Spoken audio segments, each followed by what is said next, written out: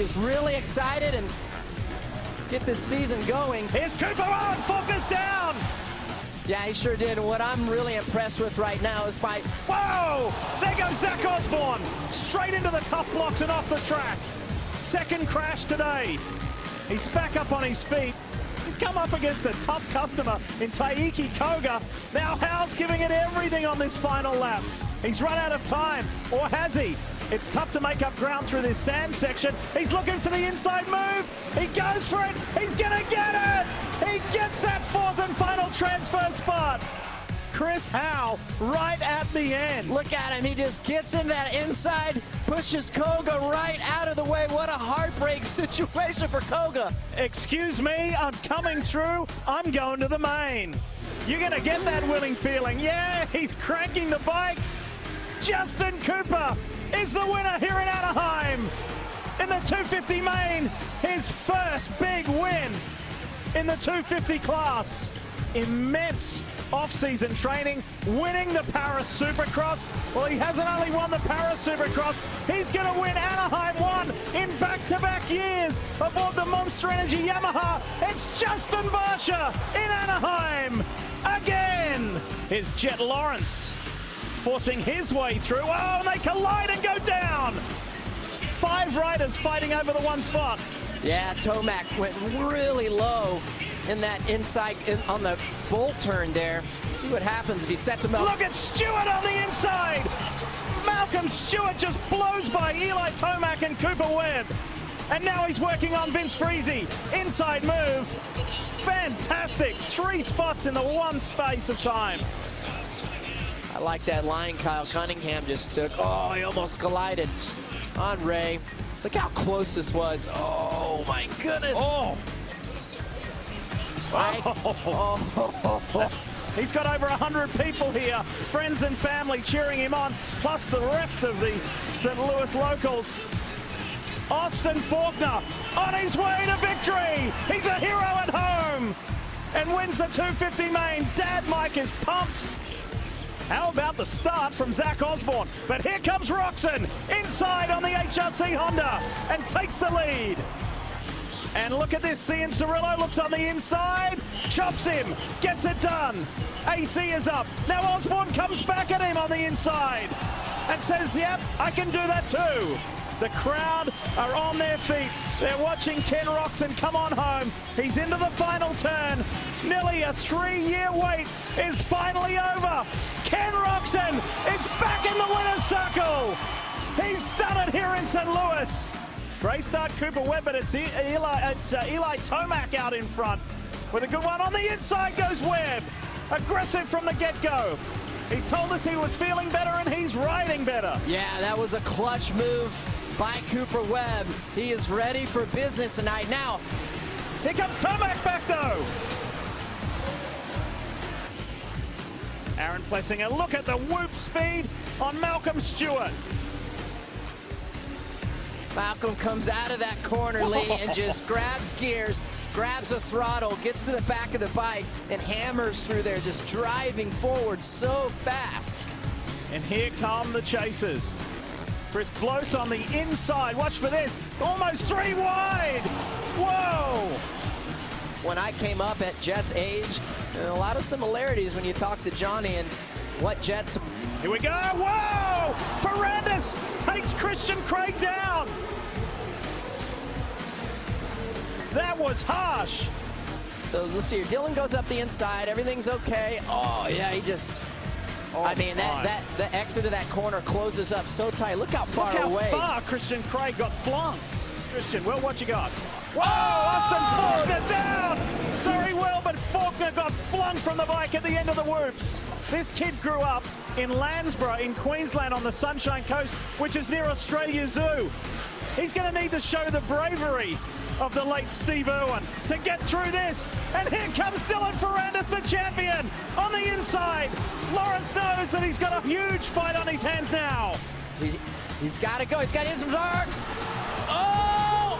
Handles it and responds to the champion. Here comes Ferrandis back, side by side in the air. And Lawrence cuts back now on the inside. It's racing through the whoops.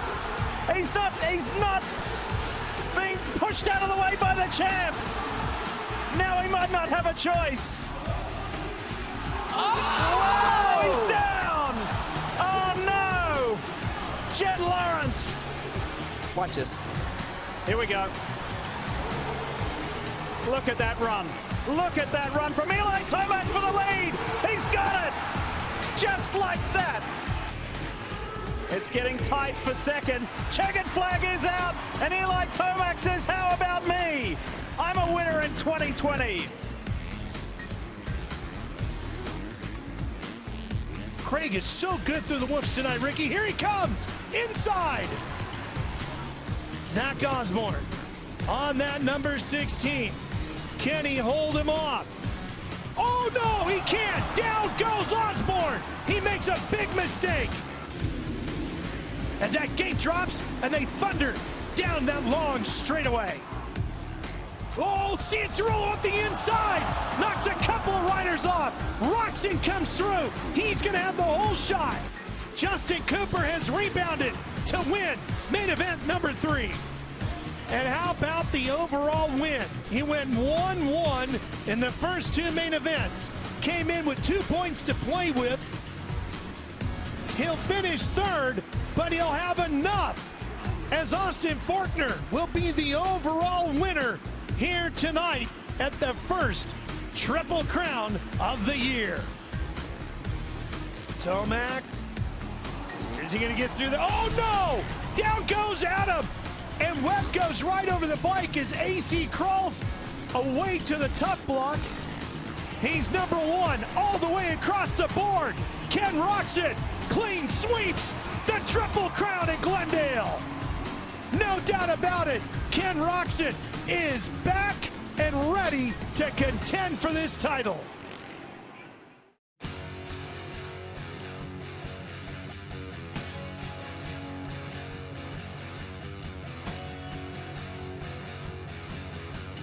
Hey, it looks like he's going to add a backflip. He's going to sky that Jester, and he will land the backflip. So where does he go from here? We talk about this, and he's going to send it again up the freestyle motocross ramp on the step-up, saves it again, and a great combo move in freestyle for Jester. I know what he's going for here, the FMX ramp standing in his way. Here comes the step-up. And Pagliarulo with the big air again, and that is the exclamation point, the slap wheelie. What a run for Jester. A lot of hits. None of them are that big, though. She's got to pick up a lot of the speed right there. She's going to lay it there, Bryce. She's going to stop it right there on the track. Well, I wouldn't call it a collapse. I would just call it an old-fashioned butt whooping. And so all those team members were wanting to get these kind of moments at big air. But the tiger's just coming off, man. No, that's so unfortunate. Here comes the backflip. Yeah. We need it. Oh, it's a little bit under-rotated. Just getting that back tire caught on the container. But it should be mimicked by all those drivers in Monster. And he is not slowing down on the backflip ramp, and he's got it skied sideways on the 2 left tires and lands it perfectly. Bryce, we see a lot of drivers slow down as they approach, and he does not miss a beat as he gets back up wheeling across that pad. He's about to turn up the heat into the backflip ramp. He is going to hit the throttle. He goes up and lands it, gets up on the nose, a little bounce there for Gravedigger. We got the crush cars in that track obstacle on the ramp. He nails it, slap wheelie, sky wheelie combo, and Gravedigger feeling it. Here comes the save it. He's got the tire, and he hits it right. And he adds another World Finals Championship to the field, a backflip off the 8-pack ramp again, following Brodozer. But we got to turn up that volume. Maybe he's a little bit nervous because it's big air there, huge air. That's great. Oh no, come on, come back around. Yes! He got the save! Hey, perfect roll to the backflip ramp. Is slowly approaching, getting the throttle acceleration in the air from Megalodon, and he's still doing it at the top of his game, getting up to the backflip ramp, and he is gonna land it, a nice bounce, and he is backing up and heading out for more. Fans need. There it is, right there. Cross-threading, and it's showtime from Max D, the save again. And he's going to try to continue this run. Go. Come on, Neil, come on. Oh, my gosh. That's the highlight of the night so far. That huge side slap for him. I hope he's okay after that. But what a save from Neil Elliott. We are early on in the year, but that has got to be a candidate for Stadium Save of the Year. The scenery being provided by the Saudi Arabian desert on this year's Dakar has been nothing short of breathtaking. As American rider Skylar Howes put it, it's like something out of Mars. But he showed no signs of this affecting the way he's riding at the moment, speed along at almost 110 miles per hour. He says this terrain is very similar to what he's used to at his home in Chile, as he provides us a high-speed wheelie on his way to a third-place finish. And then there are shots like this. The top 5 riders of the rally flying along in a large sandy bowl, including American Ricky Brayback. Quite the scene for everybody, including one local that got a close-up view. Carlos Sainz once again proved why he's among the best in the world. He started the stage 3 minutes behind Alatia and 6 minutes behind Pederhansel. Yet after 250 miles, he was leading against his main rivals. They are the Big Three, 18 Dakar titles between them, dashing across the desert. And on this day, Sainz won the fight. Saudi Arabia's Yazid Al-Raji has already raced on some of the same tracks this year's Dakar is visiting, which gives him all the confidence he needs. He's been treating this rally like his own open-world sandbox, furiously attacking the dunes.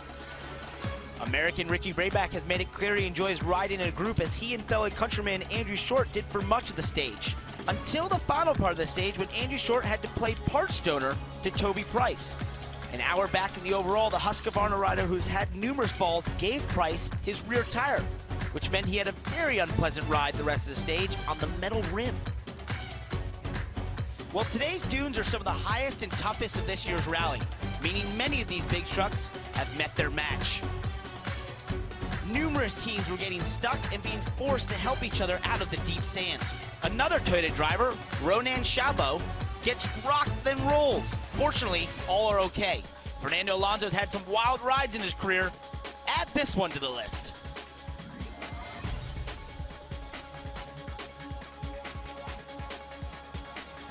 Alonso and co-driver Mark Coma endure a huge roll in their Toyota. But remarkably, they land right side up and keep on going. The video quickly makes waves on social media, drawing the attention of 7-time NASCAR champion Jimmy Johnson, who gives his friend and fellow racer some advice.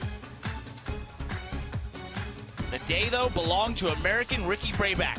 He seemed destined for this win since he took the lead in Stage 3 and never looked back. This ends a long drought for Honda, as it's their first win of the bike since 1989, just 2 years before Ricky was even born. Although everyone will remember the name Ricky Brayback, as he's the first American to ever win the Dakar. Another big honor for Fernando Alonso, top Dakar rookie. The global racing star finishes 13th, having shown pace and resolve with the invaluable support of co-driver Mark Coma. With a 45-minute lead entering the finale, there's no need for Curry to go on a mad dash to the finish. A 12th place showing is his worst result of the rally, but it doesn't matter. The end of the special and the end of the chase. Curry and his Monster Energy K&M team are Dakar champions. Incredible ride, man. Sean, dude, he made it a great day all day, and every day was good. I'm blown away. This is every American dream. Did Ricky Brayback win? Yeah. 2 Americans on top, and I'm blown away, man.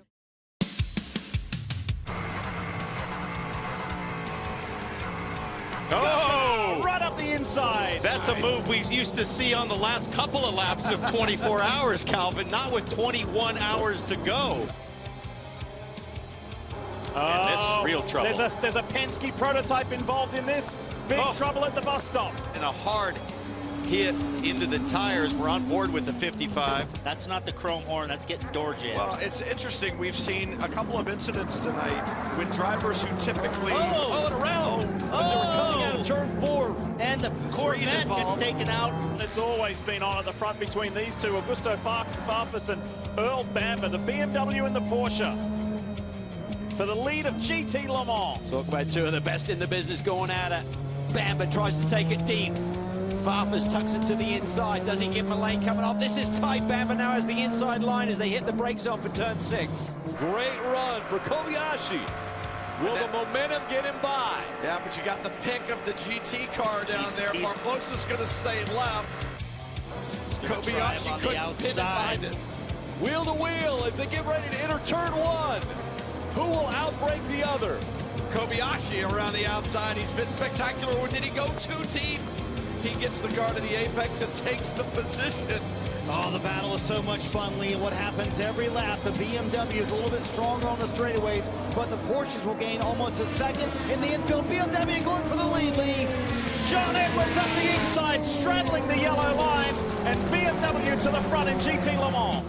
Look at the braking capability of that Porsche on the BMW in the infield, and now as we get it, he's going to come around the outside. Now there's going to be a drag race on the banking. He's got to hang tough on the outside and use that BMW power. Preferred line as they go through 6 and back out onto the high banks here at Daytona. A new leader in GTLM. Look at this, look at this. He was in the draft of the prototype, got that back down. Jesse Crone up on the high line in the BMW, forcing the issue with Nick Tandy. It's down into turn 1. Porsche and BMW. Tandy will hang on to the lead of class. Well, there's a bit of cat and mouse going on here as Tandy slides really wide. The battle for the win, really, when you think about Tandy's fuel strategy, he's not in really the mix for the win here today. It's more about the 912, so maybe he's trying to back that number 24 BMW up to his teammate, who's about 7 seconds back, but that has not worked out. Kroon is on the march right now in that BMW. He's got the pace to take the lead. Coming through NASCAR 3 and 4 for the final time. Yes, he has done it again. Wayne Taylor's done it again. His drivers have done it again. And Cadillac's done it again. Kamui Kobayashi and Wayne Taylor Racing win the Rolex 24 at Daytona for 2020. There's the man behind the name. He's done it. And so too has Bobby Rahal's guys. Jesse Crone wins GT Le Mans. John Edwards, Augusto Farfus and Chaz Mostert. What a quartet they've formed. And BMW gets back-to-back victories in GTLM. For Dragon Speed, Elton Julian and his squad. It is back-to-back victories. There's a familiar theme running through this year's Rolex 24. In the LMP2 class, the Stars and Stripes, the Evel Knievel themed car. It has done it again. And one more class left, that is GT Daytona, and Paul Miller Racing will do it. A phenomenal performance from Madison Snow, Brian Sellers, Corey Lewis, and Andrea Caldarelli brings it across the line.